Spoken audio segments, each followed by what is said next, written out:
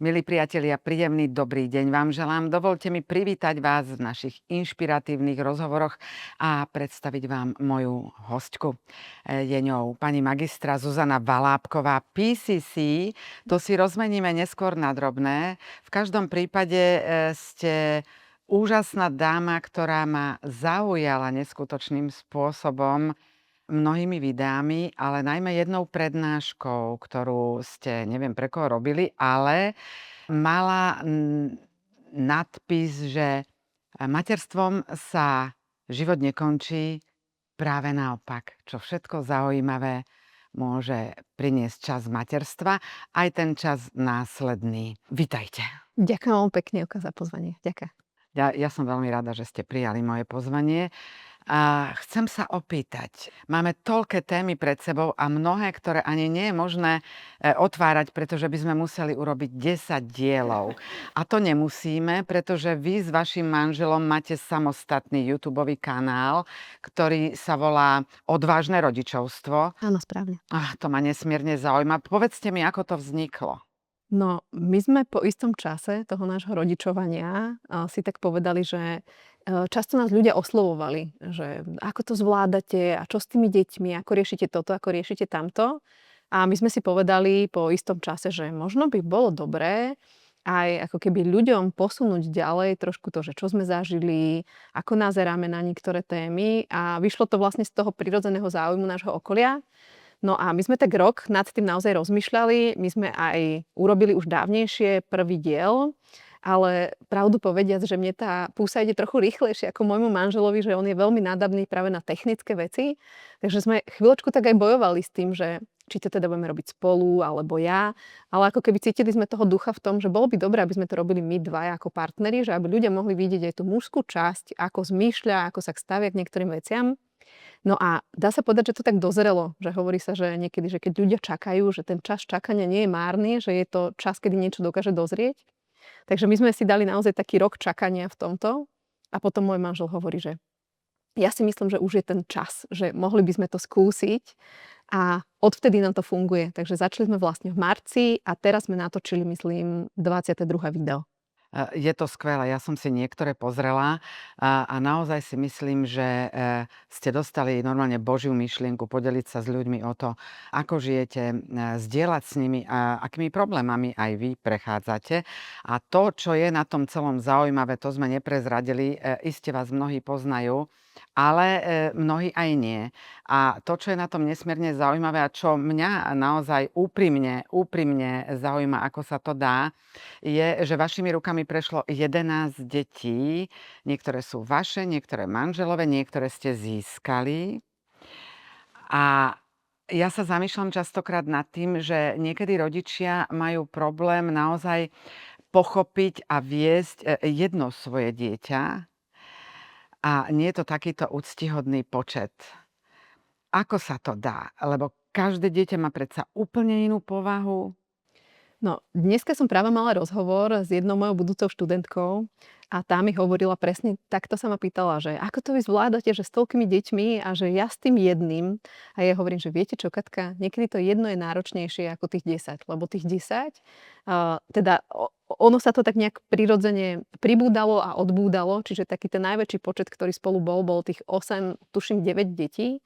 A potom nám dorástli a potom zase pribudli menšie, tak v podstate ono to je tak, že oni medzi sebou nejak interagujú, nejaký čas trávia spolu niekde a oni nie sú stále závislé na tom rodičovi, že ja mu musím robiť tú zábavu a musím mu neustále naplňať nejaké jeho potreby, ale že to je tak ako keby bohatý rodinný život, stále sa niečo deje, kdežto to jedno dieťa je stále zavesené iba na tom jednom rodičovi, lebo má tam iba tú mamu alebo iba toho ocka a vyžaduje si plnú pozornosť. Poď sa so mnou hrať, poďme si kresliť, potrebujem ísť na toaletu, hej, hocičo, tak je tam iba tá mama dostupná, kdežto v tej väčšej rodine to je oveľa jednoduchšie práve v tomto, že tá interakcia nie je iba s tým jedným rodičom, ale ako keby s viacerými. Tak to mi tak napadlo, že toto sme spolu preberali. No a potom tie naturely, také prirodzené, ako ste hovorili, tak o tom sme sa tiež dneska zrovna doma rozprávali s dcérou, mojou najstaršou biologickou, že ako je to veľmi vidieť, že ako každý z nich je iný a že ono to bolo vlastne vidieť už od babetka. Že dokonca pani doktorka, keď sme boli tento týždeň na poradni, hovorí, že no veď áno, ľudia sa nemenia. že v nejakom zmysle slova, že my prichádzame ako ľudia na svet a máme nejaké svoje črty a tie črty si potom prinesieme až do dospelosti. Je to tak, že ja ako sa pozerám na tých 11 ľudí, ktorí prešli tými mojimi rukami a teda najmenší človečik, ktorý ešte prechádza, tak má 9 mesiacov. Takže už teraz vidno, že aké má to dieťa črty a že si to tak nejak nesie a vidím to aj na tých ostatných. No, ale musí aj v takej rodine dochádzať k nejakým situáciám, lebo práve tá jedinečnosť každého toho človečika, ja viem, že vy ste krásne aj spirituálne rozvinutá a pravdepodobne týmto smerom vediete aj svoje deti. Je to ako? Toto chcem vedieť, že predsa 10 ľudí, to nemôže byť mier každý deň. To teda Chápete? nie je. Alebo je Áno, to áno. tým vedením, tou láskavosťou, ktorou ich vy sprevádzate, že oni tak automaticky sú viac empatickí a súcitní k sebe. Ja by som povedala, že sa nám tam stretáva viacej povách, že to je tá výhoda, že to nie je klon jedného, lebo to by bolo asi naozaj, že na dennom poriadku nejaký konflikt. A zároveň, že možno to, čo ja vnímam ako keby inak, to nastavenie, že aj keď sa ľudia pýtajú, že ako to zvládame, tak je vlastne to, že pre mňa nie je vôbec problém to, že je nejaký konflikt, alebo že sa o niečom hlasnejšie rozpráva, alebo že niečo treba vydiskutovať pri jedle alebo mimo toho. Čiže dá sa povedať, že nejaké ako keby mikrokonflikty alebo nejaké riešenia, to príde každý deň. Lebo keď máte tým 12 ľudí, to No veď poviem, že toto. keby to bolo v Áno, biznise, tak to je áno. tak, že ľudia nejak sa obtrú o seba a už je z toho nejaká hlasnejšia diskusia alebo čokoľvek iné. Nechcem povedať, že akože u nás je hádka každý deň, ale aj dnes sa chlapci doťahovali, prerábame dom, natierali a sa doťahovali, kto vie lepšie po anglicky. A mladší opravoval staršieho a už z toho bolo niečo. A ja som len tak do toho zasiahla a hovorím, že chlapci, ja mám pocit, že každý z vás chce mať pravdu a chce toho druhého presvedčiť o tom, že teda on má pravdu a že ho preťahnú na svoju stranu. A len som to tak nechala ako keby odznieť a oni za chvíľočku sa už o tom začali rozprávať, čo som ja. Čiže niekedy sú to len také ako keby tiché komentovanie alebo jednovetné komentovanie niečoho, čo sa deje a nechám to plávať ďalej.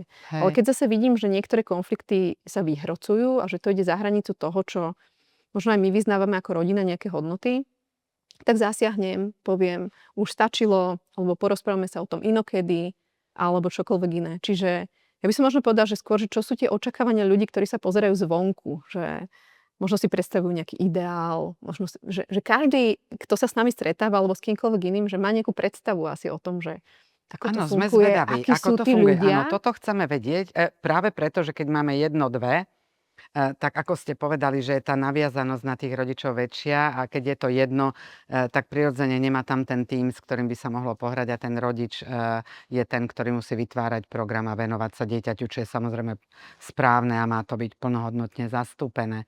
Áno. Takže ja si skôr myslím, že keď tak zoberiem aj slova mojich detí, tak oni mi povedali svoju skúsenosť zo školy, že mali spolužiakov, ktorí boli napríklad jedináčikovia a ona povedala, že podľa nej tie deti nie sú tak vybavené do života, ako keď žijú v rodine, kde majú viacero súrodencov, nechcem povedať, že koľko. A ona hovorí, že ty si ma naučila vychádzať s rôznymi povahami ľudí. Že ty si mi dala príležitosť, aby som bola tak bohatá na rôzne interakcie, na rôzne povahy, že ja vlastne nemám obavu ísť kamkoľvek do sveta, stretnúť sa s kýmkoľvek, lebo ja mám pocit, že rozumiem tomu. A vidím to teraz naozaj v praxi, keď oni idú na brigádu, keď oni idú do nejakej práce, že oni ich milujú tam. Že proste oni si vedia výsť s každým. Takže no, je to výzva pre všetkých. Ten rodič tam musí byť veľmi dieloprítomný. Lebo keby som to nechala tak mám predpoklad, že naozaj tá anarchia toho nastane, že deti sa pohádajú, pobijú, neviem, pobuchajú dverami, hocičím. Ale že keď ten rodič tam je tak bdelo prítomný a registruje nielen, že čo sa deje na takej bazálnej úrovni toho, že jeme, niekde niekto je, či sú veľa na technológiách alebo čosi, ale že niekde to vnímať aj medzi riadkami. Že ako sa oni medzi sebou rozprávajú, ako oni reagujú na nás. Hej, že čo sa tam ako keby medzi nimi deje. A sú rôzne spôsoby, ako to potom oslovujem. Niekedy je to tou jednou vetou, niekedy je to dlhším rozhovorom. Niekedy to deti same prinesú večer, lebo najmä tí puberťáci majú ten čas toho, že večer sú najlepšie rozhovory, keď už sa chystajú všetci spáť, už je ten dom A ja taký si myslím, že utichnutý. toto je základ tej dobrej existencie, rozprávať sa. Ja som pochopila, že máte rozpravy pri Áno, večeri, áno, že sa máme. veľa rozprávate. Ono to kopíruje tak, ja by som myslela, že kopíruje to naše hodnoty a z toho vyplýva potom nejaký rytmus, ktorý žijeme v tom celom. Takže pre nás napríklad je dôležité jesť spolu. Že jasné, že keď je to nejak mimoriadne, ako teraz prerábame, alebo deťka chodia na brigády alebo čosi, ale snažíme sa napríklad aspoň jedno jedlo za deň alebo mať spolu, alebo nejak sa stretnúť, že minimálne ten večer. A keď to je cez rok, tak naozaj máme tiež, že spoločná večera, ten, kto je doma, určite tam je. A zároveň potom máme takú spoločnú modlitbu úplne pred spaním, poďakovanie za to, čo pekné sme za deň zažili a podobne. Čiže ako keby aj ten rytmus si nastavujeme takým spôsobom, aby tam mohol byť ten kontakt, aby sme mali príležitosť sa spolu rozprávať a nielen žiť ako keby takú tú mechaniku toho, že kto upratal, kto vyniesol smeti, kto poskladal prádlo, kto čo urobil a úlohy máš, že, lebo niekedy sa život zvrhne do operatívy. A podľa mňa aj deti potom to zle prežívajú a možno aj preto občas strečkujú, lebo majú pocit, že sú súčasťou iba nejakého systému, kde sa dejú veci tak mechanicky a nemajú pocit tej, neviem, takej šľahačkovej prítomnosti, ako tú bohatosť chcem v tom. Áno. No, páči sa mi a možno je to aj taký návod pre mnohých rodičov, tá práca s vďačnosťou, pretože dnes vysoké percento detí naozaj trpí podľa rôznych výskumov rôznymi depresiami, necítia sa pohodlne vo svojej koži. A ja si myslím, že to uvedomenie si tej vďačnosti, že ten deň nie je iba so zlými skúsenosťami, ale že aj keď sa v ňom niečo udeje, s čím nerezonujem, predsa len tu bolo veľa krásnych chvíľ, za ktoré môžeme byť vďační. Áno, súhlasím. Ako my to robíme roky. Vlastne od malička sú na to deti naučené, že máme nejakú naozaj že modlitbu, ktorú prejdeme a potom každý povie 3 veci, za ktoré bol v ten deň vďačný a zároveň môže povedať nejakú prosbu, buď teda pre všetkých ostatných, alebo prosbu, ktorú vysiela teda do neba, že chce s niečím pomôcť, alebo za niekoho, alebo za mier, alebo za čokoľvek, čo vnímame v tom čase ako také veľmi ako keby intenzívne. A to je tiež taký spôsob, že ja si pamätám časy, kedy napríklad jedno z našich detí sa nezapájalo, že mala taký ako keby náročnejší čas, ale práve tá rodina a ten kruh, ktorý sedel okolo toho stola, že ono vás sa tak dokáže pomyselne niesť. Že nepotrebujete byť na to sám a že OK, máš nejaké ťažké obdobie, nemusíš povedať nič, ale buď tu prítomný. A ona sa po istom čase sama rozhovorila. Aj nám povedala, ako sa mala, že nevedela to proste cez to hrdlo svoje vypovedať, že ona to aj by rada bola. Čiže keď tá rodina je funkčná, tak toto poviem, lebo nechcem to generalizovať, že všade, kde je veľká rodina, je veľa detí, tak je to ideálne a rodičia sú prítomní a tak ďalej. Ale že zároveň, ak tá rodina funguje, ak ten pár funguje a tie deti môžu z toho benefitovať, tak tá rodina môže byť miestom naozaj, ktorý vás aj nesie v čase, kedy máte náročný čas. Áno, nie každá rodina je taká, ako ste povedali. Vieme, že existuje mnoho problémov v mnohých rodinách, a najmä medzi dospelými samozrejme.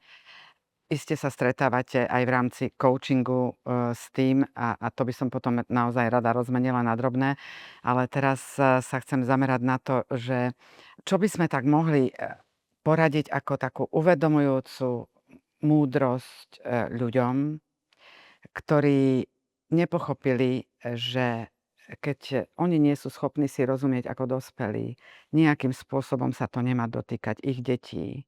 Ja si myslím, že sa to nedá, Euka, toto, čo ste povedali. Že sa to nemôže dotýkať detí, lebo ak žijete v jednej domácnosti s človekom, s ktorým si nerozumiete, tak ten priestor je tým zaplavený. Vy nemusíte hovoriť nič, vy si môžete na tej verbálnej úrovni dohodnúť, že budete veľmi slušní k sebe, že budete veľmi formálni, že budete tolerantní a tak ďalej, ale tie deti vidia, či sa mama s tátom držia za ruku a či sa ľúbia, ako príde naša 4-ročná malá, že maminka, vy sa ľúbite, že?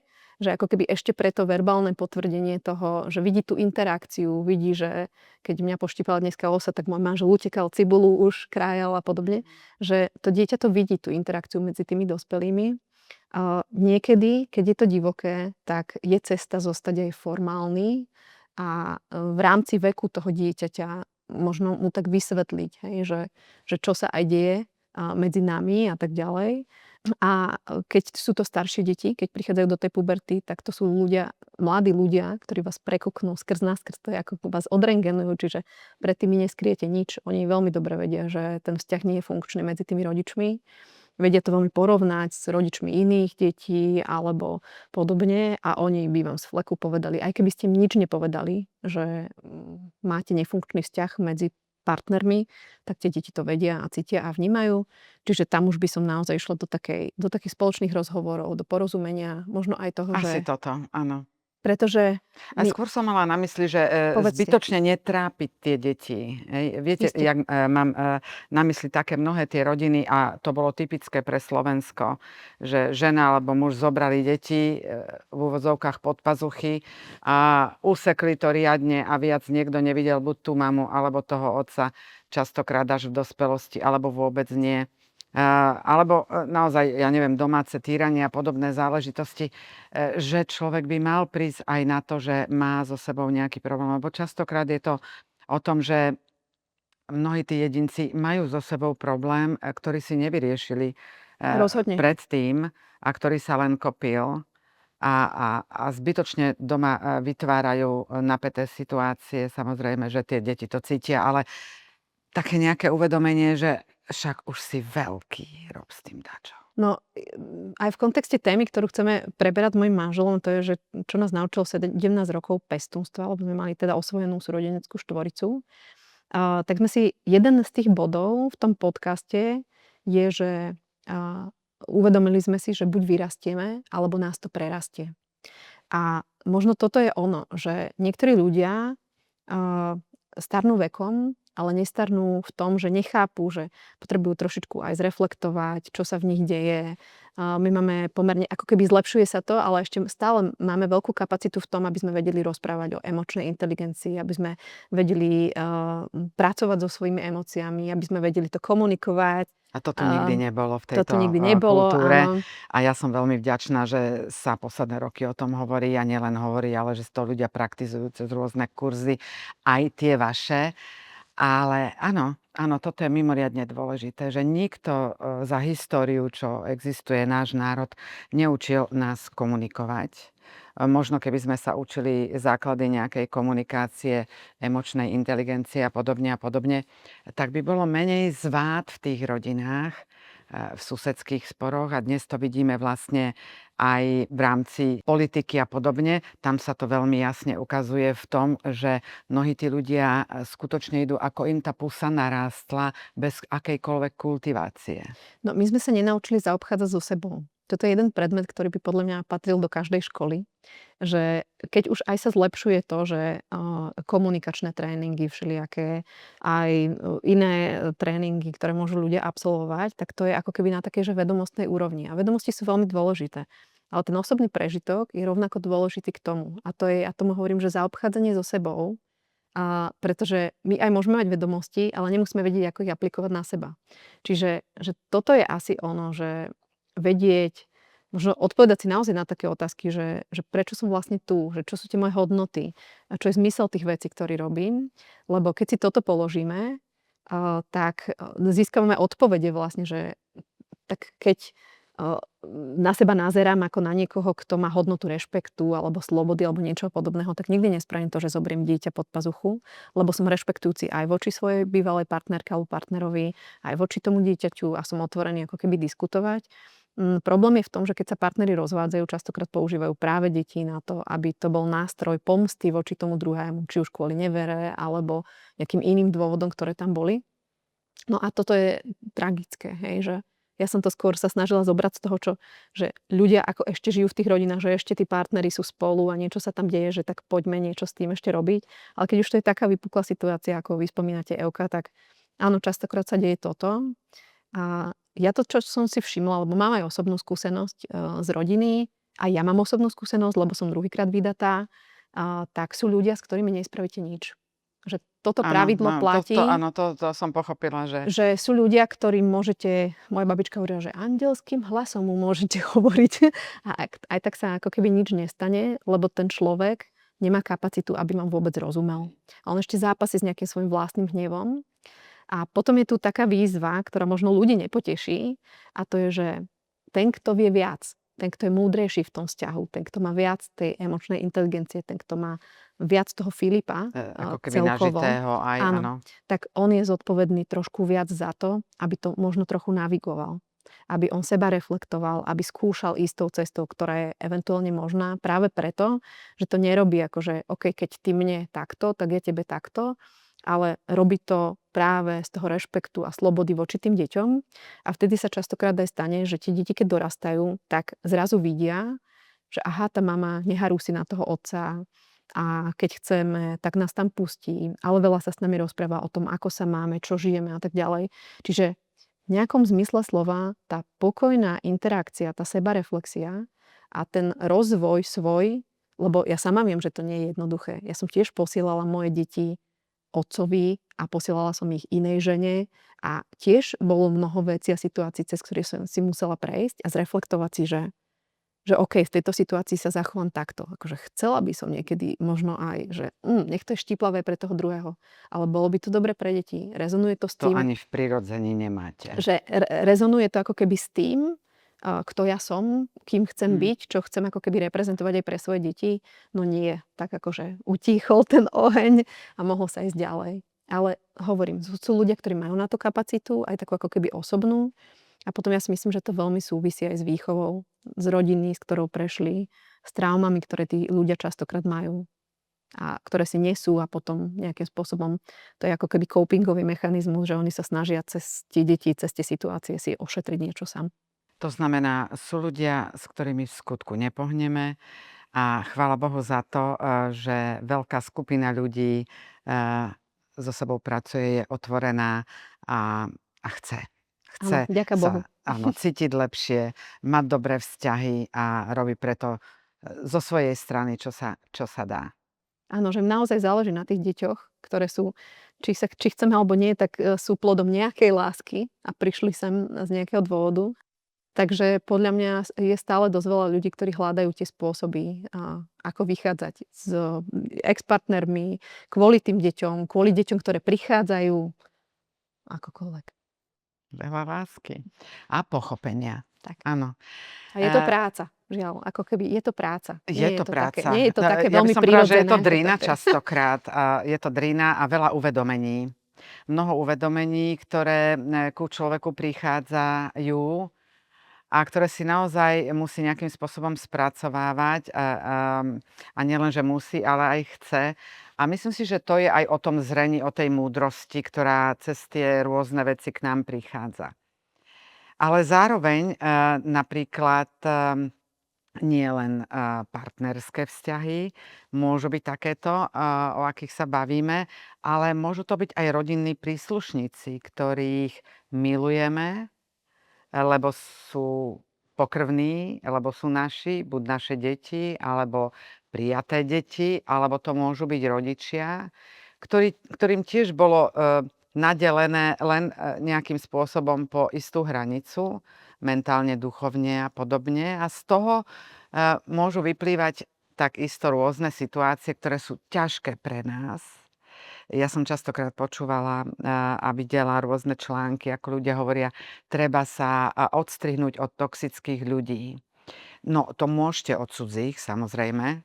A s nejakými sa možno aj povezieme v autobuse a vo vlaku, lebo proste tam si nevyberáte, kupujete lístok. Ale keď to máte v rodine a je to skutočne tak osobné, že je to rodič alebo dieťa, tak tam je veľa lásky, treba zo strany, možno aj obojstranne, alebo iste aj obojstranne, ale proste mnoho nespracovaných a nemožnosť posunúť sa ďalej, prípadne v tomto živote. A ako tu na vlastne pracovať s tým, aby toto ten človek, ktorý ľúbi, vytvára všetky možné podmienky, aby dobre bolo, aby sme sa všetci cítili dobre. A ako toto, aby nevyhorel, aby mal stále chuť ísť ďalej. No, na jednej strane by som povedala, pardon, možno to bude trochu kontroverzné, ale v nejakom zmysle slova je istou pravdou, že my môžeme bezhranične milovať naše deti, môžeme milovať našich rodičov, môžeme milovať našich príbuzných, priateľov a známych, a na druhú stranu by nad tým nemala visieť veta, že tvoja rodina ťa zničí.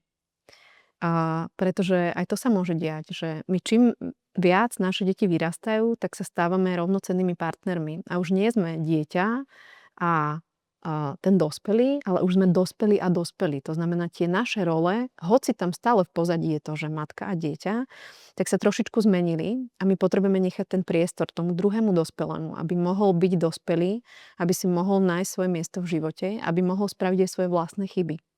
A to, čo sa nám podľa mňa deje ako rodičom, je, že my by sme chceli, aby dobre bolo. My by sme chceli ich sprevádzať k tomu, že aj keď niečo náročné príde, tak ideme s nimi až na kraj sveta.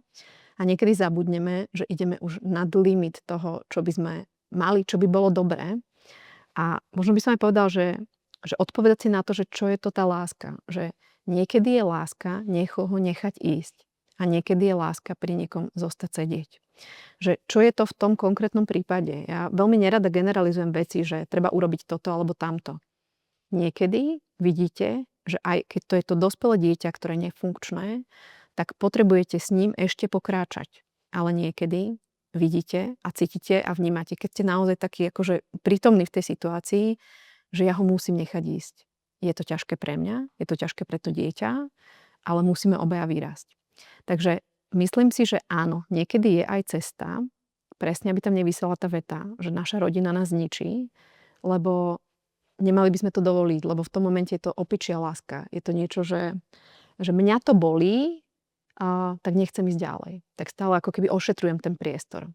Ale niekedy bolesť je súčasťou toho rastu. Takže niekedy potrebujeme aj my zakúsiť nejaký druh bolesti v tom, prejsť cez to niekam ďalej. Niekedy potrebujeme dovoliť našim deťom, aby zažili bolesť. A nie je to príjemné. Žiadny z rodičov nechce, aby jeho dieťa trpelo. Normálny, zdravý rodič, ktorý má rád svoje dieťa, tak nechce, aby trpelo. A Euka, keby som mala hovoriť zo svojej vlastnej skúsenosti, tak tiež mám skúsenosť s osvojenou dcérou, ktorá sa vydala, mal nefunkčný vzťah a začalo sa to tam mleť a polícia a neviem čo a sociálka a dieťa a neviem čo. A ja som hodne dlhý čas pomáhala a bola chápavá, dávala priestor, môžeš sa aj k nám vrátiť, aj s dieťaťom. Rozumela som tomu a mala, ako keby vo veľa veciach mala ona pravdu, že ten vzťah bol nefunkčný a ten partner sa nesprával vôbec podľa najlepších, rešpektujúcich nejakých mojich kritérií, ktoré mám. Ale v istom momente som povedala, že dosť, že stačí. Že môžeme zostať v nejakom sporadickom kontakte. Je mi napríklad veľmi ľúto, že nemám kontakt s tými vnúčatami, ktoré ona má, ale na druhú stranu práve to, čo ste sa pýtali, že ako nevyhorieť. Ja som vnímala, že idem pomáhať už ďalšej generácie detí, ktoré som si osvojila a že nemám na to silu. A zároveň niekedy ešte máme zodpovednosť voči ostatným ľuďom, ktorí sú okolo nás. To znamená, ja som videla ešte moje vlastné deti, môj vlastný partnerský vzťah, moju mamu, s ktorou mám nejaký vzťah, ako keby širšie nejaké A voči sebe. väzby, áno, a zároveň voči sebe. A ja som videla, že toto je cez čiaru. Že toto by bolo kamikadze, že to je hlúposť. Že ja proste musím urobiť niečo, aby som tomu vzťahu dala hranice, aby ten oheň, ktorý tam horí, nezasahoval aj do našej záhradky. Ja ju mám veľmi rada, my sme v sporadickom kontakte, deti sú s ňou v kontakte oveľa viac, aj videli tie naše vnúčatka. A ja som si povedala, že potrebujem to nechať bokom a tým pádom, že niekedy to môže byť pravdivé. Že niektorých ľudí, či sú toxickí, neviem, myslím si, že je to momentálne nadužívaný pojem a že aj ľudia, ktorí nie sú toxickí, občas označujeme ich za tento pojem, že nevieme úplne s ním narábať. A že niekedy tých ľudí naozaj nie, že potrebujeme odstrihnúť, ale že potrebujeme ten vzťah zdravo nastaviť tak, aby tá druhá strana mala možnosť vyrásť, aby my sme boli OK. Vy ste pedagogička, Áno. pravda, skončená. Áno, špeciálnu pedagogiku. A to znamená, aj po tejto stránke deťom naozaj dobre rozumiete a viete byť tým učiteľom, samozrejme. A vy máte ohromné skúsenosti so štátnym školstvom, aj s alternatívnym školstvom. Využili ste a využívate domškoláctvo, pravda? Áno. Ako sa vám to páči? No, povedala by som, že keď človek rastie, tak ja to tak viac zoširoka poviem, Že tak ako prichádzajú ľudia napríklad k nám na výcviky a potom povedia po pol roku, že mne sa úplne zmenil ako keby život a že niektorí ľudia z môjho života odišli a niektorí noví ľudia prišli. Že ako keby, že tak ako sa vyvíjame, tak naozaj niektorí ľudia nás opúšťajú, lebo ako keby nemajú tú kapacitu s nami kráčať ďalej a my už v tých vzťahoch nenachádzame nič benefitujúce vzájomne, tak ich púšťame a vznikajú nejaké nové vzťahy. Takže podobne to je u mňa s tým vzdelávaním a prístupu ku školstvu a učeniu a všetkému tomuto, že keď si predstavím skok naspäť pred 22 rokov naspäť, čo má moja dcéra, a predstavím si, že by mi niekto povedal, že deti nemusia chodiť do školy a môžu sa vzdelávať aj inak a môžu veľa cestovať a môžu sa učiť doma, tak asi niekde by to tak so mnou ako keby zaiskrilo, lebo niekde vo mne to určite bolo skryté. Ale rovnako ako mnohí iní, aj v dnešnej dobe ešte by som asi nabehla na to, že vedie tam škôlka, potom sa ide automaticky do školy, školská taška a všetko ako keby podľa nejakých zabehaných kolají, do ktorých aj ja som bola vsunutá, tak ideme ďalej tými koľajmi a vôbec by som neuvažovala nad tým, že môže byť aj niečo iné. A že postupne, ako sme aj rástli, ako prišli tie deti, ako sme prechádzali rôznymi ťažkosťami, ako sme sa rozprávali s rôznymi odborníkmi. Ja som študovala ďalšiu vysokú školu a podobne, že veľmi veľa toho prešlo. Aj v zahraničí som bola nejaký čas.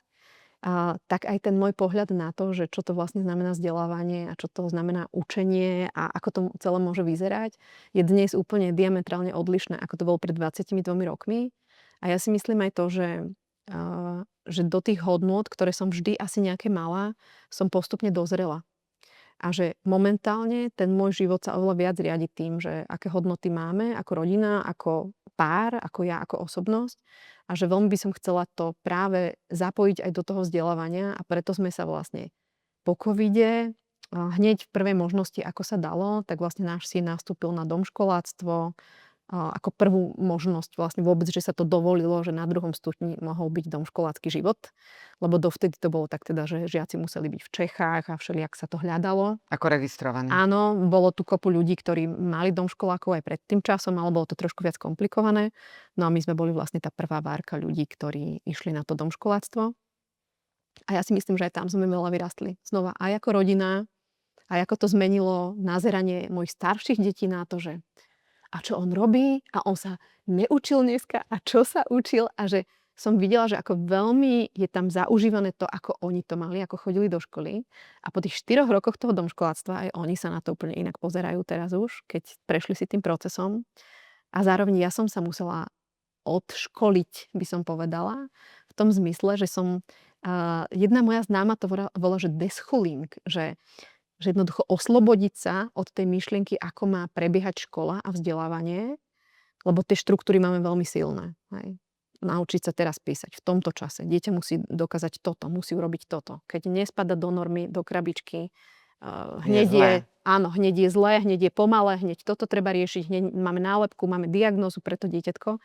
A možno, že má iba nejaký svoj rytmus, možno, že za pol roka bude úplne niekde inde. A tým, že ja som pedagóg, že ja mám aj pedagogickú strednú školu, vysoké 2 školy pedagogické, takže vlastne bolo to pre mňa náročné, lebo ja som presne nabehla na to, že ISCET, presne som vedela, že čo. Ja som bola vlastne našim garantom a potom som si uvedomila, že nie, že takto to nemá byť, že my sme nemali preniesť školu domov, ale že vlastne my sme mali vytvoriť nový systém, ako umožniť nášmu synovi, ako sa vzdelávať inak. Takže prvý rok bol ťažký, by som povedala, lebo poprvé sme mali kmeňovú školu, bežnú základnú školu, ktorá nežila veľmi tým domškoláctvom, ale potom postupne sme sa tiež dostali do kolektívu ľudí, ktorí žijú týmto spôsobom. Možno tak, ako sme sa rozprávali, tak Summerhill, to je veľmi dobrý film, dá sa nájsť na YouTube, kľudne treba pozrieť. To je práve o domácom vzdelávaní. A ja som povedala, že už žiadne z mojich detí neokúsi slovenský štátny systém v tom zmysle, že teda do bežnej základnej školy by išlo a sedelo v lavici a malo ruky za chrbátom a dostávalo poznámky za, pre mňa, poviem, že hlúposti, ktoré pani učiteľke vadia, ale nie sú relevantné pri vývoji toho dieťaťa. Áno. Mnohé sa veľmi ťažko vzdávajú toho direktívneho systému. A veľmi ťažko nabiehajú na nové veci. Ja som sama zvedavá, ako bude pokračovať táto kurikulárna reforma, ktorá by mohla priniesť mnohé zmeny, ale samozrejme musia byť na to učitelia pripravení. A možno, že by sme mali spomenúť, že samozrejme nie je to žiadna flákárňa, to domškoláctvo, že všetci musia rešpektovať ten štátny vzdelávací systém do istého obdobia. Niečo naozaj vedie to, čo je predpísané, ale iné ma napadá. Mám skúsenosť naozaj veľmi dobrú s Montessori školami a musím povedať, že filozofia, ktorou oni idú, mne nesmierne lichotí, páči sa mi a viem, že tam ide o tú múdrosť v prvom rade ľudskú, ktorá tu je, že preberajú mnohé životné zručnosti s tými deťmi, ktoré môžu v živote potrebovať, čo napríklad neexistuje ešte stále na štátnych školách. Poznám ľudí, ktorí prišli zo zahraničia so svojimi deťmi kvôli pracovným príležitostiam a podobne a nechcú dať svoje deti do nášho štátneho školstva. Takže pravdepodobne niečo na tom bude. Ja samozrejme som moje deti nechala rásť ešte v tom normálnom klasickom školstve, ale mali šťastie na dobré školy a prevažne na dobrých učiteľov. Povedala som prevažne, lebo jednu si pamätám dodnes, ale nie som tu ja od toho, aby som intervjuovala sama seba, ale chcem sa pripojiť k vám, že plne tomu rozumiem.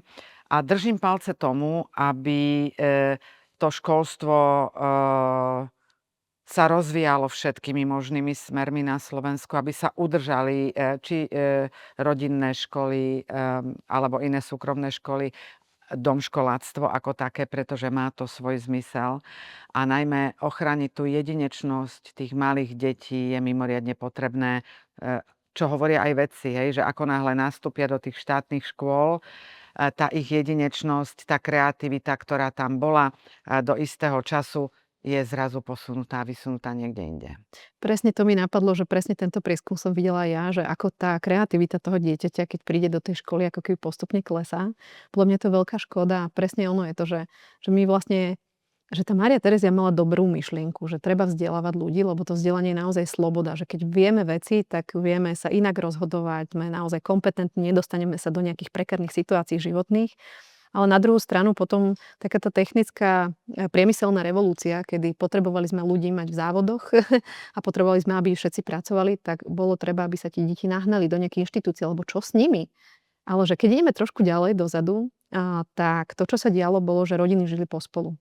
Že deti sa veľa učili od svojich rodičov, že boli remeselníci, a potom jasné, tí, ktorí boli takí ako keby múdrejší, tak ešte na nejaké gymnázium alebo čosi, boli učitelia a podobne, ale že oveľa viac sa tie deti naučili aj v tej rodine.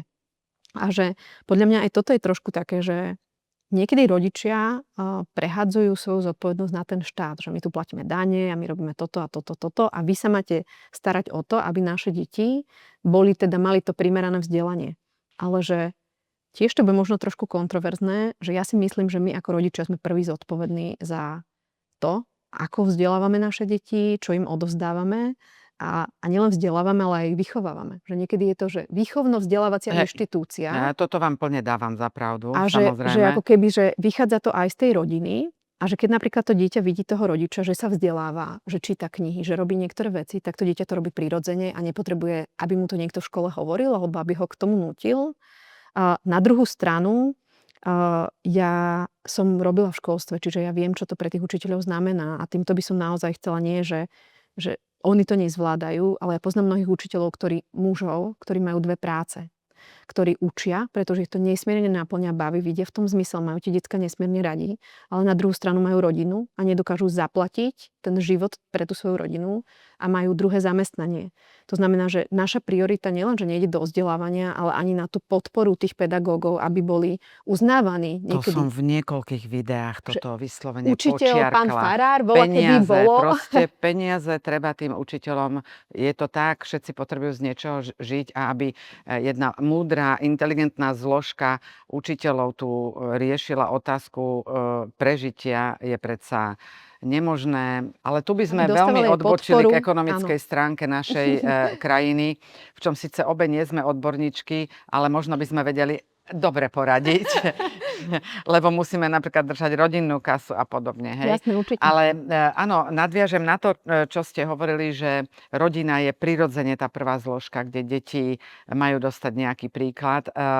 No už keď sa pozriete po svete, nielen po našej krajine, tak nie všade je to tak. A tak samozrejme potom je tu ešte možnosť, že tá spolupráca rodiny so školou môže veľa priniesť a aj nám dalo mnoho. Mnohí učitelia, mohli by sme mať super rodičov, ale ja neviem, v niektorých veciach nás inšpiroval nejaký učiteľ svojou ľudskosťou, svojou múdrosťou a podobne. Takže ja Súhlasím. chcem, aby presne za tie naše dane aj z tej školy dostávali tú láskavosť, múdrosť, aby sa s nimi pekne zaobchádzalo, aby im nikto neničil ich jedinečnosť, aby ich nikto neponižoval, aby chodili radi do školy. A je tam mnoho aspektov, ktoré by sa dali vylepšovať. Hej? Ale dobre. Je toho bohato. Ja sa Tak. veľmi teším, že sú tie alternatívne školy, ktoré pribúdajú, kde rodič si môže zvážiť, že ak nechce ísť tým štandardným systémom, tak môže ísť. A vlastne možno by som trošku tak, že aktuálna situácia je taká, že ministerstvo nechce ako keby tie školy zavrieť, ale vytvára im podmienky na to, aby im sťažilo fungovanie, čo je cesta vlastne k zánikom, pretože keď sa nedajú, znova sme pri nejakých financiách, keď sa nejaké podmienky zvláštne, ktoré oni chcú zaviesť, dávajú, že ako keby nakladajú na nich oveľa viac, ako je únosné a namiesto toho, aby oni sa venovali práve deťom a kvalitnému vzdelávaniu, tak sa musia venovať byrokracii, čo nie je úplne OK. Takže v tomto je skvelé, že sú a ja by som aj chcela, ak môžem týmto smerom naozaj veľmi oceniť Slobodnú a demokratickú školu v Košiciach, do ktorej my patríme, lebo to sú ľudia s veľkým srdcom, všetci, ktorí tam pracujú a tiež je to alternatívna škola. A ja niekedy ich obdivujem. Že ja už by som nemala tú energiu bojovať s Ja toľkými viem, kontrolami. to je tá škola, čo so im prišiel všetkým. e-mail, že ich zrušia, pretože nemajú kontrolu nad výchovou detí. Áno, Hej? konkrétne to bolo teda, že Slobodná demokratická škola bola v experimentálnom overovaní na niekoľko rokov. To znamená, že mohli sa skúšať práve rôzne spôsoby vzdelávania detí od toho, že tam bola valdorská pedagogika, že sa išlo podľa ISCEDu, že tam bol Montessori prístup, že tam boli rôzne spôsoby, až teda po seba riadené vzdelávanie. Alebo unschooling, niektorí to aj volajú. To znamená, že dieťa si samo nastavuje tie osnovy, čo sa bude učiť a podobne, že vlastne pracuje sa oveľa viac s tou jeho vnútornou motiváciou. Samozrejme. A teda tuto nastalo to, že teda do toho vstúpila inšpekcia, povedala, že Na čo by žiadne sme overovanie. mali, Na jaká čo by sme to- vnútorná motivácia, však telaťom máš zostať Áno, poslušným. takže ako keby pardon. treba nastaviť hranice a Hej. treba, aby sa išlo podľa tejto lajny. No a áno, ten e-mail potom prišiel s tým, že ministerstvo sa obáva straty kontroly nad vašimi deťmi a tým pádom ruší spôsob vzdelávania, to sebariadené vzdelávanie a môžete ísť iba podľa ISCEDu a jednoducho ako keby celý ten projekt sa ruší.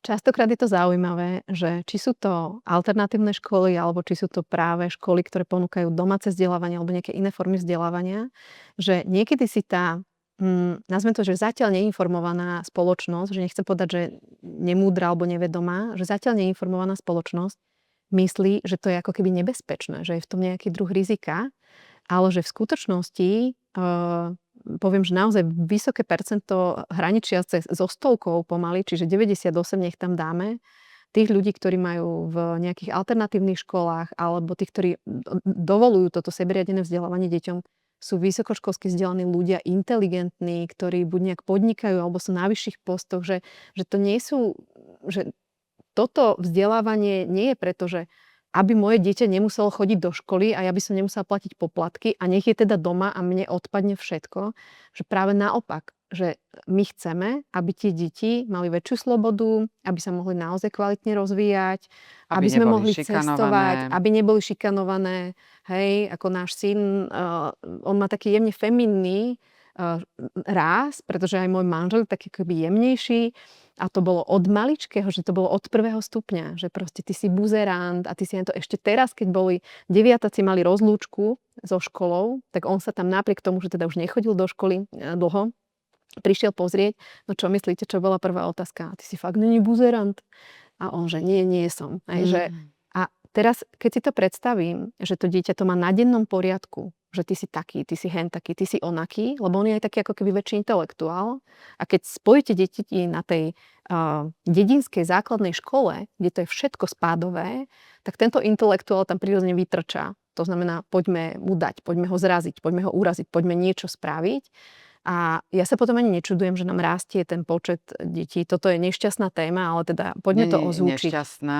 Ja som si ju tu tak zaznačila, že by sme sa o nej mohli baviť, pretože Že je veľa je toho veľa a aj zhodou depresie. okolností, Zuzana, včera som rozprávala so 7-ročným chlapčekom, ktorý mi niekoľkokrát opakovane rozprával, že je šikanovaný a má trošku nadváhu, ale inak zlaté dieťatko. Ale ja sama som na ňom videla tie ustráchané očká a tá submisívnosť nejaká. A snažila som sa mu vysvetliť niektoré veci, ktoré môže urobiť on so svojou osobnosťou. A tak samozrejme sme sa veľa rozprávali a ja som mu povedala, tu musíš byť silnejší vnútri. A on mi hovorí, myslíte na tele? Hovorím, nie, zlatičko, tuto. Musíš si uveriť, že si skvelý. A vieš, hovorím, niektorí ľudia rovno cítia, to sú také feromóny, ako zvieratka majú, že keď je strach, tak ostatní cítia a vidia na tých ľuďoch, že si môžu kopnúť. Samozrejme, normálny človek to neurobí, ale ten, ktorý má tiež nejaký problém, ktorý by bolo treba extra riešiť, tento cíti a rád si kopne. To znamená, uver sám sebe, že si skvelý. A samozrejme, keď budem mať čas, tak sa mu ešte povenujem, alebo si dám stretnutie nejak s jeho rodičmi. Ale toto, Zuzi, ako naučiť tie deti byť vo svojej vnútornej sile, byť sebavedomé, čím nemáme na mysli namyslené, aby neboli takto zráňané druhými. A na druhej strane tie deti, ktoré toto robia, majú svoj ďalší problém, rovnako nejaký psychický. A ako s tým pracovať? Aj na jednej, aj na druhej strane. No, niekedy ako rodičia voláme trošku po tom, že aby aj škola to nejak riešila. Čiže keď im ako keby od tohto, že asi by mali nasledovať nejaké mechanizmy toho, že aj škola má v tom nejaký druh kompetencie, pretože my sme napríklad pri tej šikane, ktorá bola teda v 4. ročníku, prišli až k tomu, že škola mi povedala, že my nemôžeme urobiť nič s tým chlapcom, ktorý mu tak ubližuje. Boli tam dvaja, Max mal aj hlavu rozbitú, je všeličo. Musíte vy spísať niečo a nechať to podpísať rodičmi, aby sme sa mohli o to oprieť a podobne.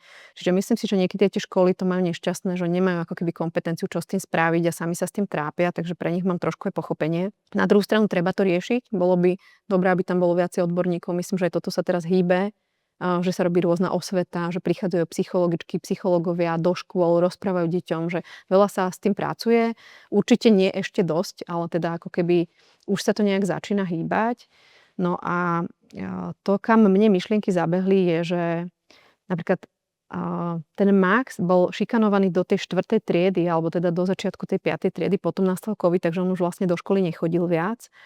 A myslím si, že keby sme o tom my neboli veľa rozprávali doma, keby sme my neboli to vyjasňovali a nerozprávali o tých, vlastne, ktorí mu to robili, že čo my za tým rozumieme, že aj oni nejakým spôsobom sú tí, ktorí trpia, preto to robia, že oni sami majú nejaké problémy, tak si myslím, že by to skončilo ako keby inak, že možno by to išlo naspäť tým násilím, čo niekedy ja sa ani tým deťom nečudujem, že aj oni použijú potom zdvihnutie peste, lebo už sa chcú brániť. Čiže ja mám tú skúsenosť toho, že už sme viac do tej školy ísť nemuseli a že tá šikana bola len tak ako keby epizodická, niekde vonku, keď išiel a podobne. Ale ja si viem predstaviť, že to vie byť veľmi náročné a že to treba veľmi veľa času venovať sa tomu dieťaťu, ktoré chodí do školy a tam zažíva nejaké nepríjemné situácie. Čiže niekedy je riešením aj zmeniť školu, zmeniť Toto je taký triedu. klasický Že prístup. taký Áno, že keď klasický škola ako si s tým keby nevie áno, poradiť, tak odporúči, že odíďte z našej školy, my áno. to tu nechceme. Druhá vec je, že s tým istým správaním ide do ďalšej školy, do ďalšej školy a do ďalšej školy a potom, ja neviem, do roboty, do vzťahov a podobne. Teda je dôležité od malička pracovať s tými No, deťmi. ide takto, že napríklad keby som to zobrala na toho môjho syna. On keď je jemne feminný, tak on ako keby vzbudzuje v tých dedinských chlapcoch to. Nie, že ani, že je slaboch alebo niečo, ale jednoducho oni tam cítia, že jemu sa môžeme vysmievať, lebo on je modrooký blondiačik, lebo on si nechal naraz vlasy, lebo ja neviem, on rozpráva inak, lebo keď máte intelektuálne dieťa, ono sa zaujíma o niečo No iné. samozrejme. On sa zapojí, on sa hlási, on sa učí, on zrazu niečo vie a tým ostatným je to ako keby trňom v oku. Čiže ja by som nepovedala, že on nebol ako keby dostatočne sebavedomý, ale v skutočnosti tí chlapci, ako keby, že s nimi nikto nepracoval. Však toto hovorím. No, hej. Že títo problémoví, Hej. im sa potom odporúči odísť zo školy. No my sme zažili, že sa skôr odporúči tomu dieťaťu, ktoré je šikanované, aby odišlo zo školy. Aha, ja som videla Opačne, hej, opačná obe garda. situácie a to som mala na mysli, keď OK. som o tom hovorila, že Už rozumiem. posunú týchto, čo šikanujú, do inej školy, potom do inej školy, potom idú na inú školu, potom s tým tak rastú, potom to berú do zamestnania, potom do vzťahov a tak je veľmi dobré s tým naozaj úprimne a dobre pracovať ešte v tom detskom veku, kým sa dá. Lebo keď to presiahne tú hranicu 18, už ho nikam nedostanete. Problém je v tom, Euka, ktorý vidím, je, že zoberiem si taký extrémny príklad trochu. Že keď máte závislých užívateľov a sú to mladí ľudia a vy ich pošlete napríklad na odvykačku alebo chodia do komunity Čenakolo, oni žijú niekde ako keby mimo toho svojho prostredia, tak prvá vec, ktorá sa neodporúča, je, aby sa vrátili naspäť do toho prostredia, pretože všetky tie triggery, ktoré tam sú automaticky, že on spadne do toho istého, vidí tých istých ľudí, tie isté cesty chodí. Hej, znova to isté. A teraz predstavte si toto, že to dieťa je v škole a tam sa s ním aj dobre pracuje, aj edukované, aj všetko, a je tam povedzme tá podpora. A on sa vráti domov, kde je úplne iný meter, kde je otec alkoholík, kde mama sa nezaujíma, kde stará sa o všetko babička. Hej, že rôzne tie scenáre som tam videla a on zrazu je zmetený. Že čo? Že to dieťa vlastne volá o pomoc, ale zároveň by bolo treba pomáhať aj tej rodine. Lenže častokrát tá rodina nechce pomôcť, popiera, že sa vôbec niečo deje. A tam už, ja si myslím, že momentálne máme veľmi slabé mechanizmy na to, aby sme s tým niečo robili. Niekedy sa stane to, že to dieťa nájde nejakého priateľa, alebo ako ste povedali, nájde inšpiráciu v nejakom pedagogovi, alebo niečo sa stane a ono je, až by som povedala tak trochu, že zachránené z toho a že vyberie si tú svoju dobrú cestu. Ale na druhú stranu, keď nevidíme, čo sa deje za tými zatvorenými dverami, keď ten otec bije to dieťa a keď tá mama si ho nevšíma, keď rodičia sú emočne nedostupní, že tak sa tam deje toľko toho, že to dieťa, že my ho vidíme zvonku, my, ktorí sme kompetentní, zrelí, vyrastení, múdri, všetko, tak my ho vidíme ako nejaký problém, ale v skutočnosti on je iba Nevieme, zavalený. čo prežíva presne. Hej, on je zavalený tým množstvom, tým bremenom toho celého a tam už sme asi na úrovni toho, že potom musí sa niečo stáť, aby vesmír dal tomu človeku príležitosť, že môžeš sa zmeniť, keď chceš. A niekedy sa to stane cez niečo a niekedy nie. Minule sme boli na detskom ihrisku s našim vnukom a pustili sme ho na tie autička a bol tam ešte jeden chlapček a rodičia sme tak stáli okolo a všimli sme si s mojim partnerom pána, ktorý bol otec od jedného toho dieťatka. No a keď dojazdili, tak to bolo 20-minútové šikanovanie, ponižovanie chlapčeka, ktorý mal asi 5-6 rokov. Ako to jazdil, ako zle cúval. A ja som sa na to nemohla pozerať a zároveň viete, že nemôžete len tak do toho vstúpiť. No a potom prišla mamička, ktorá tam stála v pozore, tak mi bolo jasné, že na to nepovie vôbec nič. Ale keď sme aspoň odchádzali, som chlapčekovi povedala, perfektne si jazdil, úplne super, perfektný, skvelý si bol. Ale všimla som si, ako to dieťa je roztekané a ako už od malička musí znášať ťažký psychický stav, až psychiatrický stav svojho otca. A poniesie si to ďalej. A matka, ktorá sa bojí čokoľvek povedať. Ale keď už ja som sa prihovorila tomu malému, tak aj ona otočila toho otca, čo si mu pošuškala, že nech sa skľudní, lebo ľudia sa pozerajú. Lebo to bola otvorená verejnosť, hej, a bolo jasné, že ten človek sa nevie ovládať. No a keď si to predstavíte, že je to ešte za zatvorenými dverami, tak ešte je to násobné. To znamená, to, čo tam ja počujem, je nejaký aj tlak na výkon. To znamená, keď to dieťa pôjde do školy, potrebuje byť úspešné, také onaké a veľa sa tam toho nabaluje. A áno, máme medzi sebou aj takýchto ľudí a potom aj veľa takých tých, ktorí v nejakom momente pochopia, že... Lebo podľa mňa život nám dáva veľa príležitostí na to, aby sme vyrástli. Že nikto z nás nie je dokonalý a každý v nejakej oblasti bojujeme s niečím, kde potrebujeme vyrásť. Učíme sa, A samozrejme. učíme sa. A že treba pochopiť, že tak je to správne. A že nie je žiadna hanba a nič nenormálne neísť vyhľadať odbornú pomoc. Áno, určite. Ale že je skôr nenormálne Potrebujem sa naučiť. nechať sa topiť v tom a neurobiť vôbec nič. Potrebujeme prelamovať aj niektoré veci, akože také tie klasické, čo mne už ani nepríde, že to ešte niekde je a potom si uvedomím, že áno, to ešte niekde je, že to len ja v tej svojej bubline to mám také zidealizované, že muži a emócie, muži a pláč, muži a nejaká sila a rôzne takéto ako keby stereotypné myšlienky toho, že práve napríklad muž a jemnosť, alebo empatia, alebo nejaká citlivosť, že proste toto stále ešte máme veľký kus práce pred sebou, aby sme sprostredkovali tým našim chlapcom, že môžu byť aj nežní, aj jemní, aj mužní zároveň, aj sa bude dať o nich oprieť, že je to v poriadku takto. Veď preto, Zuzana, som vám napísala do správy, že vidieť vaše video bolo pre mňa balzam pre dušu, že vôbec existujete a ste. A ja viem, že mnoho ľudí takto vzdeláva po Slovensku a zároveň tisícky ľudí, ktorí sa naozaj snažia pochopiť seba, pracovať so sebou a byť tým krásnym darom pre svoju rodinu, svoju spoločnosť, ale aj sami pre seba. Dobre, rovnako by som chcela, aby ste nás obohatili o to, čo som ja počula vo vašom videu s manželom, ktoré ste urobili, a to je ako dobiť baterky. To je asi naozaj veľmi dôležitá téma. No treba si uvedomiť, že nejakú baterku máme. Lebo my sme hovorili vlastne v tom podcaste o tom, že sme si zobrali taký príklad toho telefónu. Že všetci držíme v rukách tie mobily a máme kontakt s tou technológiou a veľmi si uvedomujeme, že popoludne alebo večer musíme to večer zastrčiť na tú nabíjačku a potrebujeme sa o to postarať, aby to nejakým spôsobom nabilo tie baterky a že častokrát tak nezaobchádzame so sebou. Že vlastne to je to, že nás naučili zaobchádzať s perom, nás naučili poznať písmenka, nás naučili poznať horniny a chemické prvky a nenaučili nás úplne zaobchádzať so sebou. A toto je ono, že aj sa poznať, aj vedieť, kde sú moje fyzické limity, kde sú moje psychické limity. To znamená, že znova aj nejaká sebareflexia, sebapoznanie, aby som vedela zaobchádzať so sebou, že som ako človek nejakým spôsobom nevyčerpateľná studnica energie. A ja vždy hovorím, že lebo my sme trošičku v tom podcaste hovorili o symptómoch.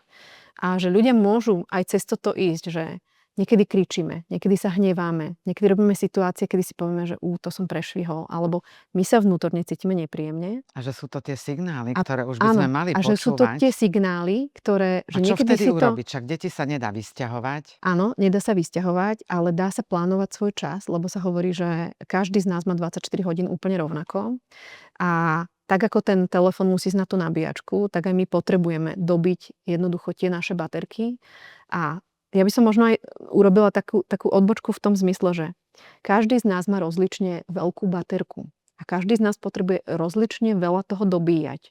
Čiže skúsme byť aj v tomto menej kritický voči ostatným ľuďom a zároveň bdeli k sebe, že aká veľká je moja baterka.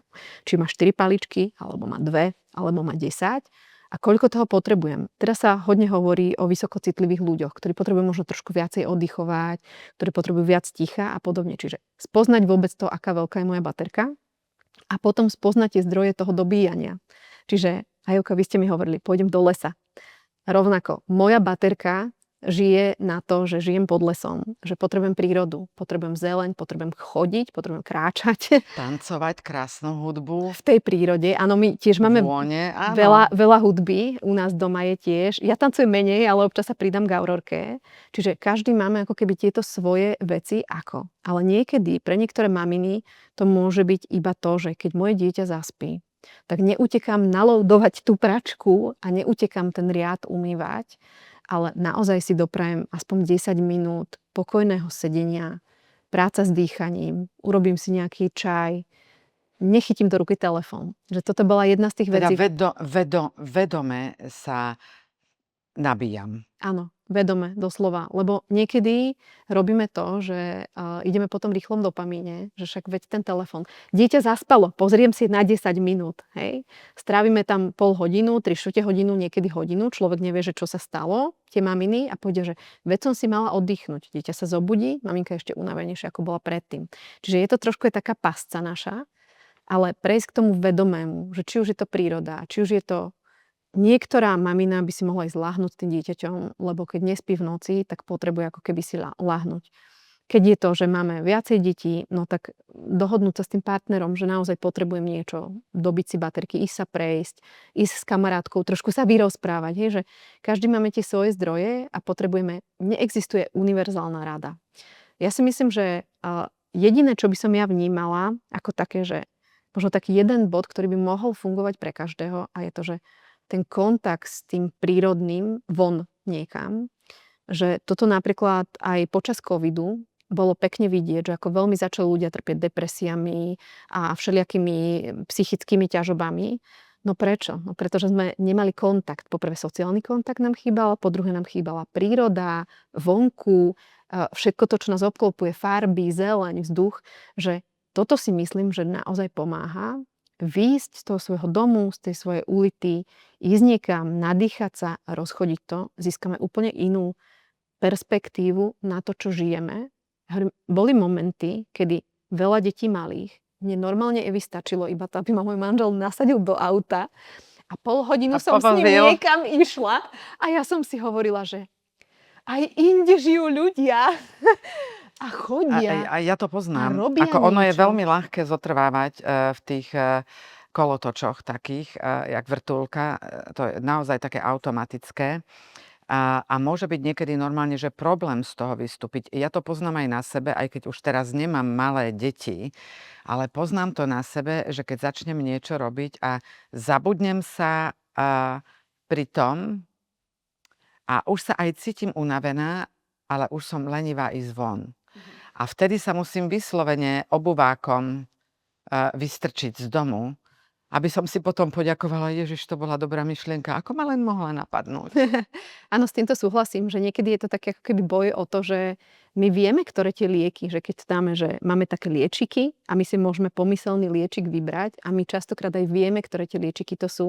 Keby som možno aj preklopila potom na tých klientov zase do toho koučovania, tak je to presne o tom, že ľudia prichádzajú do koučovania nie preto, aby počuli moju múdrosť, aby som im ja povedala, ale aby to, čo oni už vedia, dokázali preniesť do toho svojho života. Lebo oni majú pred sebou tie tabletky, tie zdroje, často ešte teda ich pooprašujeme, ale problém je zobrať tú tabletku, tú pomyselnú, či už ten tanec, alebo hru na hudobný nástroj, ktorý kedysi chodili do zušky a teraz by im to urobilo dobre, alebo tú prechádzku, alebo zoberiem tú knihu, alebo čokoľvek, idem na dobrú večeru. Hej? Že aby to naozaj vedeli aplikovať, aby si vedeli tú tabletku zobrať a aby mohla byť naozaj účinná. Zuzi, ako to máte doma so všetkými tými technológiami? Tiež musíte strážiť, že koľko sú na tom? Máme aj nejaké naše hranice, čo sa týka technológií. Jednou z takých našich hraníc je to, že v izbách na noc nemáme žiadne technológie, to znamená nie mobily a počítače, všetko sa nabíja mimo. To sme Super. zaviedli pred niekoľkými rokmi. Super. A možno toto je to, čo hovorím, že keď je to nejaká bdelosť tých rodičov, že keď vidím, že sa niečo deje s mojimi deťmi, tak to nenechávam plávať, alebo nedávam tomu nálepku, že veď to je normálne, veď oni sú teraz v puberte, veď on je taký a veď to tak všetci majú, že ako keby nejak sa zriekame niektorých druhov rozhodnutí, ktoré by sme ako rodičia mali urobiť. My to nerobíme takým autoritatívnym spôsobom, že všetci mobily preč, ale rozprávame sa s To nimi ja by o som asi tak tom, urobila. Všetci mobily preč. že my sa skôr rozprávame o tom, že aký to má na nich dopad, že čo som si ja všimla, že hovoria o tom, že horšie spia. Lebo my keď sa rozprávame, oni to komunikujú. Že, ja neviem, že majú zlú náladu, keď už ráno prichádzajú. No, prirodzene máme zlú náladu, lebo keď večer zaspávam s mobilom v ruke a ráno vstávam, tak prvý kontakt nemám, ja neviem, so súrodencom alebo s partnerom vedľa seba, keď to sú dospelí ľudia, ale s mobilom a s ľuďmi, ktorí sú nám na tisícky kilometrov vzdialení častokrát. To znamená, že my nemáme ten prirodzený zážitok toho kontaktu a to dieťa, keď vyjde z tej izby, tak on už je plné nejakých emócií, niečo, čo sa stalo, kamarát napísal, čo si sa stalo a že my potrebujeme ako keby, aby pokojne vstupovali do toho dňa, lebo to aj my ako A to je dospelí mimoriadne potrebujeme. dôležité. Presne tak. Čiže Ráno sa áno, krásne naladiť. Minule som tu mala môjho úžasného hostia Fredyho, s ktorým sme sa práve bavili na túto tému, lebo samozrejme však aj vy sme rástli bez akýchkoľvek mobilov a tak sme nostalgicky rozmýšľali a prišli sme na to, že vlastne dnes, keď pošlete dieťa von, čo ani nepošlete, lebo asi na vás niekto pošle sociálku, ale že my sme bez problémov chodili von, teraz dieťa vyjde von, že stretne nejakých kamarátov a nestretne, ale že keď sa vráti domov a pripojí sa na počítač, rovno tam naskočí 20 kamarátov z internetu. no ja by som možno ešte trošku porovnala to, že možno je to inak trochu v meste a my žijeme na dedine. Čiže tam na tej dedine ešte trochu vidím to, že tí chlapci lietajú na tých bicykloch a lietajú teraz na takých tých malých motorkách, na ktorých môžu a proste, že deje sa, že vidno ich aj v tom lese a podobne. To, čo mne nie je úplne príjemné, je, že sa stretávajú neskoro večer, čo naše deti nemajú dovolené, že toto bolo je tiež jedno z takých pravidel, že proste do 7 doma alebo do pol 8 doma, spoločná večera a už nejaké tak akože kľudný záver dňa. Až potom, keď to boli naozaj staršie deti, ktoré už sa blížili k veku dospelosti, tak sme sa mohli baviť o tom, že dobre, ideš niekam, vieme o tebe, prídeš o 9:30, o 10:00 a potom, keď už sú dospelí, aj tak nám stále dávajú vedieť, kam idú, kedy prídu a všetko, lebo tak fungujeme ako jeden nejaký organizmus. Čiže na tej dedine je to možno ešte trošku iné, ako je to v tom meste. Zároveň nechcem demonizovať technológie, lebo dobrý sluha, zlý pán, to by sme ako keby mohli takto zaramcovať, že aj to prináša veľa nejakých dobrých interakcií, možností učenia. Napríklad náš syn sa naučil úplne skvelo po anglicky práve s tým, že hráva hry, do ktorých sa zapájajú deti z celého sveta a on proste má na takej úrovni angličtinu, že už mňa dávno precikal v tomto. Čiže v niečom je to ako keby skvelé, že aj spoznáva nejaké nové kultúry, nový jazyk a podobne, ale na druhú stranu, ak my ako rodičia si neustriehneme to, že už sa to stáva pánom toho nášho dieťaťa, že o tom nerozprávame, že aj ako by to mohlo byť a že ten život sa žije v tej prítomnosti, v tom kontakte, v tej hmote, v tom tele, v tej realite, Áno. no tak sa nám môže stať, že tie deti sa nám v tom trošku utopia. Takže my napríklad máme limitovaný čas, napríklad na technológie, ktoré majú. Naše deti mali napríklad zablokované možnosti toho, aby ich to mohlo pustiť na nejaké porno stránky alebo iný nevhodný obsah, ktorý je. Čiže my ako rodičia sme si nepovedali, lebo minula som počula niekoho tak povedať, že ja tým svojim deťom dôverujem, že keby niečo také sa dialo, niekam by išli, tak by mi to povedali. Ja si tak hovorím, no nemyslím si, že príde taký 13-ročný chlapec za svojou maminou a povie, že počuj mami, bola som na porno stránkach, ktoré mi tam vyskočili. No on povie, že hral hry, hral formule a podobne, zahovorí to a s tým vnútorný zostáva sám. Lebo ten prirodzený stud v tom dieťati je, ono vie, že toto nie je normálne, nemal by to pozerať, má z toho zmiešané pocity a podobne. Čiže ja si myslím, že my aj ako rodičia máme zodpovednosť edukovať deti a netváriť sa, že to spraví teda aj v tomto prípade škola alebo niekto iný. A minula som videla taký nápis, že nechceme, aby prvý, kto povie našim deťom o intimite, o sexualite, bol pornopriemysel. Napríklad, že to je veľká, veľká téma vlastne medzi deťmi, čiže už som to posunula niekam inám. Ale napríklad aj práve pre toto, že nejaký limitovaný čas, máš milión možností, ktoré môžeš robiť iné, obmedzenie nejaké aj v tomto smere a potom ako keby učenie, ako s tým zaobchádzať, Ja som tu minule mala jednu dámu, ktorá je špecialistka na rôzne také vychytávky v rámci internetu, Mhm. robí raňajky, to znamená Áno, aj to som áno, mňa. áno. A veľmi dobre nám tu poradila všetky možné triky, o ktorých si deti myslia, že ich nepoznáme a vďaka nej ich rodičia spoznajú, že čo môžu robiť, ale to teda vám pustíme samozrejme. Ale mnohí aj psychológovia hovoria v rámci toho rozvoja techniky a závislosti a podobne, že nám hrozí taká tupota, taká sprostota. A my sme sa Výskum spolu to ukazuje, rozprávali áno, že a trošku my sme sa hrúpneme. spolu rozprávali, ja som si zapísala veľmi krásny slogan, ku ktorému sme tak nejak dospeli spoločne, že vzniká veľká priepasť medzi mentálne a duchovne bohatými a mentálne a duchovne prázdnymi v spoločnosti. Tak čo s tým?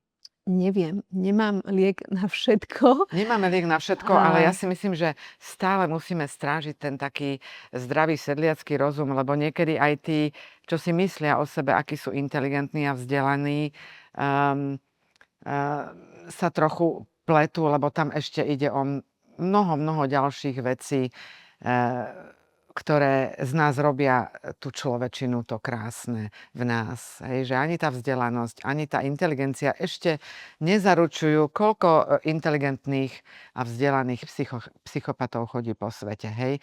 Ale dobre, nechcela som to nejak potriť, Evka, že možno ešte, aby som tak tomu povedala, že to nebolo to len, aby aj naši poslucháči nemali pocit, že my máme na všetko návod. Že toto je naša spoločná cesta. Že my sa tu dve rozprávame, ale je to moja cesta, je to vaša cesta, je to cesta toho, kto nás počúva, nájsť tú svoju vlastnú odpoveď. Že čo s tým, že aby som ja mohol prispieť k tomu, aby bolo na svete viac tých mentálne a duchovne bohatých ľudí a menej tých ako keby chudobných. Lebo to je o tej kapacite, o ktorej sme sa spolu rozprávali. Čiže nemalo to byť ako keby sarkastická poznámka, ale skôr to malo byť tak, že my sme toho všetci súčasťou. že sme a že to vidíme. Však aj A tí ľudia to vidia. hej, že to Jasné. vidíme a My nehovoríme nikomu, že ty si taký a ty si že môžeme onaký, ale tak. vnímame ten obrovský rozdiel, ako ste povedali, že vznikali veľké priepasti medzi bohatými a chudobnými. Vznikali vždycky priepasti medzi východom a západom. Vznikali a sú priepasti medzi bohatými krajinami a nesmierne extrémne chudobnými krajinami. A zrazu tu máme niečo nové. Hej, vzniká nám priepasť medzi mentálnym nastavením, duchovnými hodnotami a že ako toto spraviť, čo zrazu vzniklo niekedy po covide, ako keby, alebo sme si to začali uvedomovať, nerozumiem tomu teraz presne, ale áno, ja plne 10 podporujem všetky typy vzdelávaní, ktoré existujú a preto sa konečne dostanem k tomu vášmu koučovaniu, lebo je veľa koučov, ale málo vzdelaných koučov, alebo teda koučov s certifikátom, s čím nijak nechcem potierať tých, ktorí certifikát nemajú. Ale páči sa mi, že ho máte, páči sa mi, že ste založili koučovaciu agentúru a páči sa mi, že ste založili školu pre koučov a to, čo je na tom veľmi významné, je, že tí, ktorí u vás skončia, sa môžu opierať o medzinárodný certifikát, čo je naozaj si myslím veľmi dôležité dnes rozoznať. Ako ste k tomu prišli? No to, čo veľmi mne leží na srdci, vždy keď niečo robím, je tá kvalita. A tak, ako to bolo, keď som bola pedagóg, tak ako to bolo, keď som bola špeciálny pedagóg, tak mi veľmi záležalo na tom, aby tá služba pre toho klienta na druhej strane, či už to boli deti alebo rodičia, lebo teda špeciálna pedagogika poradenstvo to bolo, aby dostávali tú najlepšiu službu, akú mohli a tým pádom, že ja sa musím nejakým spôsobom vzdelávať. Tak ja keď som húpla pred 14 rokmi do sveta profesionálneho koučovania, tak som tam objavila to, čo možno sa deje vo viacerých profesiách a to je, že aj čiastočnú veľkú neprofesionalitu. V tom čase to už malo za sebou niekoľko rokov, lebo profesionálne koučovanie teraz má 25 rokov ako taká nová mladá profesia. A ešte stále tam bolo takého veľa neporiadku, by som povedala. Ľudia to vnímali ako veľké boom, začali vznikať školy, výcviky. Na výcviku ste našli 30 ľudí, samozrejme žiadny individuálny prístup. Bolo dobre, že ste zaplatili a bolo všetko. No a práve aj tých vychádzajúcich koučov veľmi trápilo to, že neistota, pretože neboli dobre naučení to, čo mali byť naučení. To bola ako keby prvá vec, tá kvalita pre tých vôbec študentov. Druhá vec bola pre mňa, že OK, ale keď si ten človek nie je istý, čo s tým druhým človekom vlastne robí, s tým koučovaným, no tak ten človek nedostáva takú dobrú službu a vlastne hrozí tam riziko nejakého ublíženia tej druhej osobe aj v tom koučovaní. A že ja by som chcela prispieť nejak k tomu, aby sa tá kvalita koučovania na Slovensku zvyšovala. Či už kvôli tomu, aby tí ľudia, ktorí sú študenti, dostali naozaj tú kvalitu, ktorú majú dostať v tom vzdelávaní.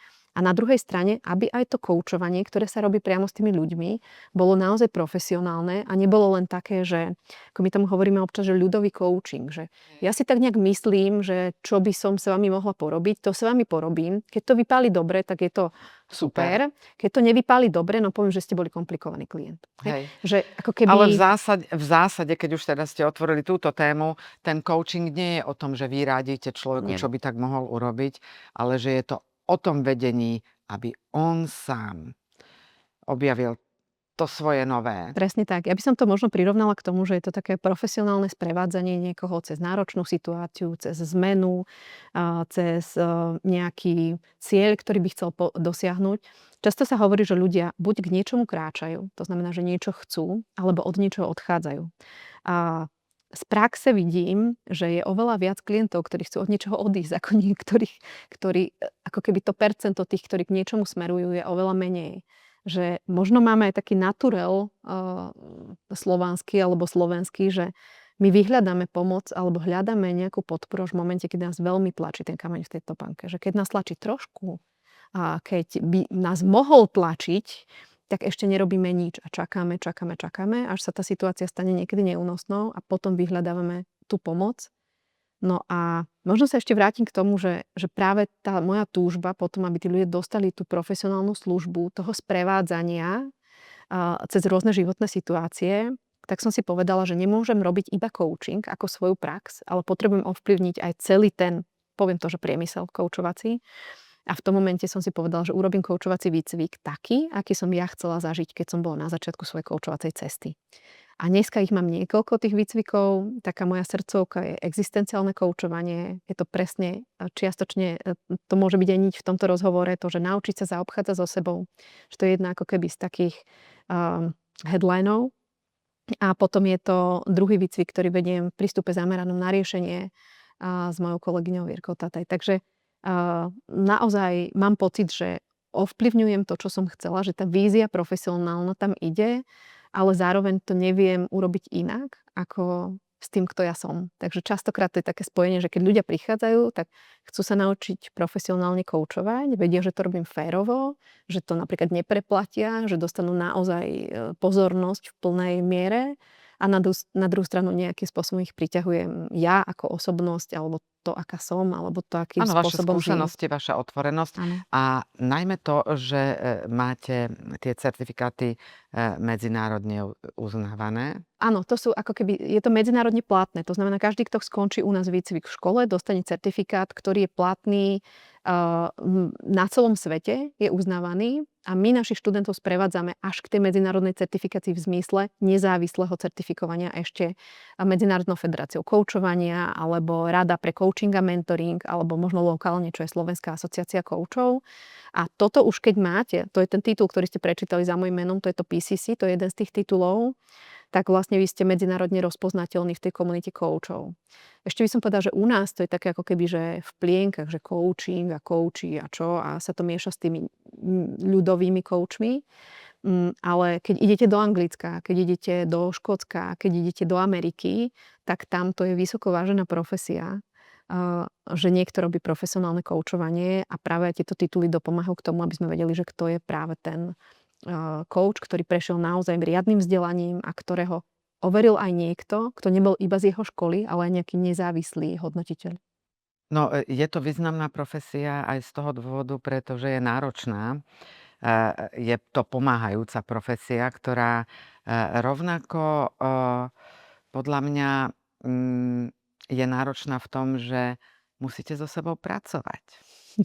Jednoznačne, jednoznačne. No to hovoríme vždy našim študentom, keď prichádzajú do výcviku aj, že a práve sme to teraz riešili, lebo práve niektorí muži, keď prichádzajú do výcviku, tak sú veľmi nadšení tým, že oni sa budú učiť koučovať. Niekedy prídu aj s takým misunderstandingom, že teda s neporozumením, že to bude teda, že budem niekoho trénovať, lebo v tej angličtine sa to veľmi ľahko zamení.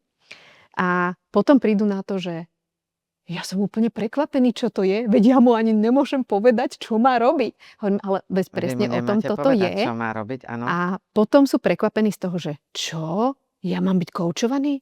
Ja mám všetko vyriešené? Ja nemám žiadnu tému?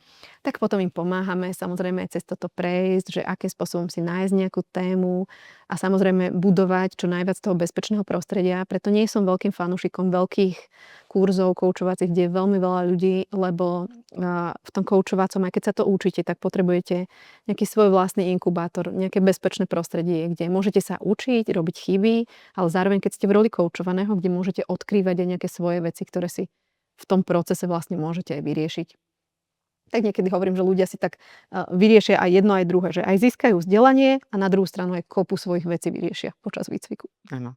A v rámci supervízie, tam sa staráte o čo?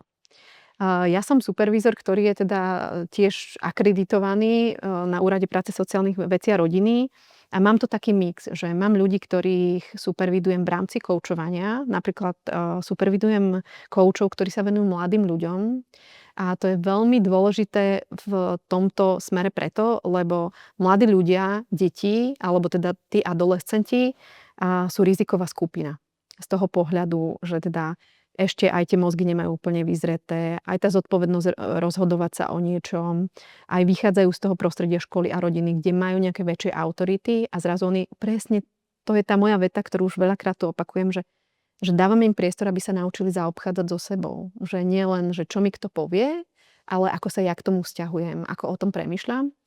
A či už chceme alebo nie, tak tí dospelí kouči občas inklinujú k tomu, že vidia v nich svoje deti, vidia v nich nejaké podobné prípady, ako keby ako stretli, chceli by im poradiť, chceli by niečo, že ako keby zobudzať sa v nich niečo, čo nie je už to profesionálne koučovacie.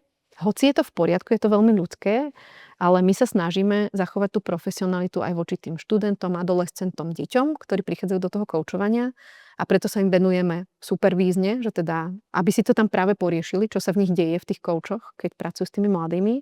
No a potom mám aj rôzne iné sociálnych pracovníkov, psychológov, ľudia, ktorí mladím a chceli by pracovať pod mojou supervíziou.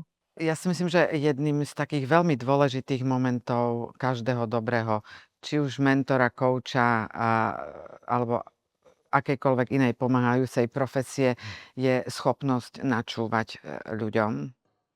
To je asi Priam je to mimoriadne 6. koučovacia dôležité. kompetencia, že kouč aktívne počúva.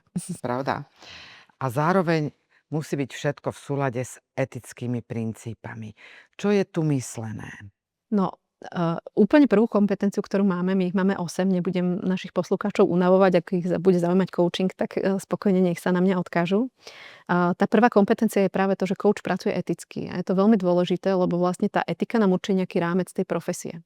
A preto trošku rozlišujeme medzi tými profesionálnymi a neprofesionálnymi, pretože ten neprofesionálny coach sa neviaže k žiadnemu etickému kodexu zväčša a ten náš určuje nejaké rámec tej profesie. Rovnako majú, povedzme, pedagógovia etický kódex alebo sociálni pracovníci, psychológovia a hovorí nám o tom, že kde ten náš piesok je alebo nie je. To znamená, že ja presne viem, že keď mi príde nejaký klient, ktorý má znaky nejakej diagnózy a ja to trošku ovládam, tak viem, že toto nie je moje pole a potrebujem ho referovať nejakému inému odborníkovi. To je napríklad jedna z týchto vecí. Alebo že sa to vzťahuje na mlčanlivosť, alebo že sa to vzťahuje to, že keď by tam mohol byť konflikt záujmov nejaký, tak rozumiem tomu, konám v súlade s týmto. A nestane sa mi u takého ľudového kouča, čo som teda ja počula ako naozajstný prípad, že bol klient, ktorý prišiel za koučom, niekto mu odporúčil, ale nebol teda jeden z tých, ktorí sa viažu k nejakému etickému kodexu. A ten klient si u neho riešil teda svoj biznisový nápad a nejaký kurz a podobne. Takto sa to dialo. On chodil k nemu nejaké 3 mesiace. No a už sa teda rozlúčili. A potom zrazu sa objavilo, že ten coach, ku ktorému ten človek chodil, ho vykradol doslova a on publikoval niečo z toho, čo si jeho klient vlastne tam popremýšľal v zmysle práve nejakého vzdelávania a vytvoril nejaký kurz. Čiže vlastne on ukradol to Áno. duševné vlastníctvo Ó. toho svojho klienta, čo je na oznámenie. Lenže keď nemáte profesionálneho kouča, tak vy to nemáte oznámiť kam. Čiže toto je ako keby to etické, ten rámec, to, že vy ako klient ste v bezpečí, keď tam máte niekoho, kto je profesionál. Ak by sa čokoľvek udialo, tak máte sa na koho Teda sa obrátiť. očakáva, že charakterové vlastnosti budú v poriadku. Áno. A rovnako, pokiaľ viem, v jedných z tých zásad je, že nenaťahuje sa čas koučovací na dní, mesiace a tak ďalej, len preto, aby som mal klienta, nestratil som ho a mal zabezpečený príjem. No, treba o tom veľa hovoriť, Mhm. pretože viem si predstaviť, a niekedy v tomto je tá práca práve toho supervízora taká možno náročnejšia, že ja tam mám rolu aj edukovať, aj držať tie profesionálne hranice, ale zároveň je láskavo sprevádzať toho môjho supervidovaného, aby vyrástol. Pretože Euka, keď sa pozrieme na niekoho, kto je na začiatku cesty a on dal výpoveď v práci a má núdzu, keby sme zobrali tú Maslowovú pyramídu, že on potrebuje zabezpečiť základné životné potreby, zaplatiť úver, natankovať auto a podobne, zaplatiť kanceláriu, tak niekedy sa stane, že tí ľudia sklznú k veciam, ktoré by za normálnych okolností neurobili. To je ako keď niekto je hladný a ukradne chlieb. Aj keď máte hodnoty, tak sa k tomu neviaže. Čiže napríklad ja nikdy ľuďom neodporúčam, keď sa ma pýtajú, že či to majú spraviť tak, že burn the boats, že spál si lode a choď a do toho koučovania a ideš a na plné pecky a musíš do toho valiť.